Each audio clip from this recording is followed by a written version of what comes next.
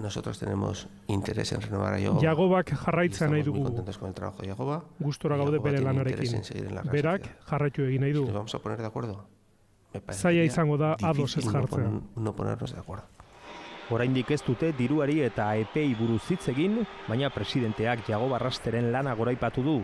Entrenatzaileek gaztea, ausarta, etxekoa eta Realaren balore eta helburuak inork baino beto ezagutzen dituela esan du.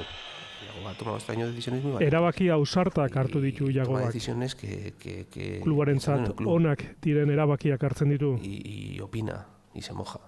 Bigarren urtez jarraian Europarako sailkatzeari garrantzi handia eman dio Jokin Aperribaik, eta argi utzi du Realak ez duela inor saltzeko asmorik. O sea, desde luego, si Eskaintzaren bat nosotros pedimos una jasota oferta de ere, cualquier jugador, saiatuko gara inor nosotros ez mencionamos, saltzen. intentaremos que no se vaya. Gainera, anoetako birmoldaketaren garrantziaz mintzatu da berriro. Etorkizunean azten jarraitzeko derrigorrezkoa izango da atletismo pistak kentzea. Eta bukatzeko larumaterako desioa. Hay que ganar en Madrid, hay que intentar ganar en Madrid, pues por tierra, mar y aire, ¿no? O sea, es...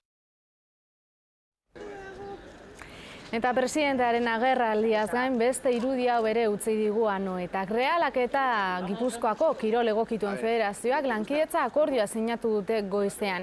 Multiaktibitatea programaren garapena sustatzeko akordioa da. Programa federazioak bultzatzen du eta desgaitasuna dituzten umeen partaidetza bultzatzen du eskola kirolaren barruan.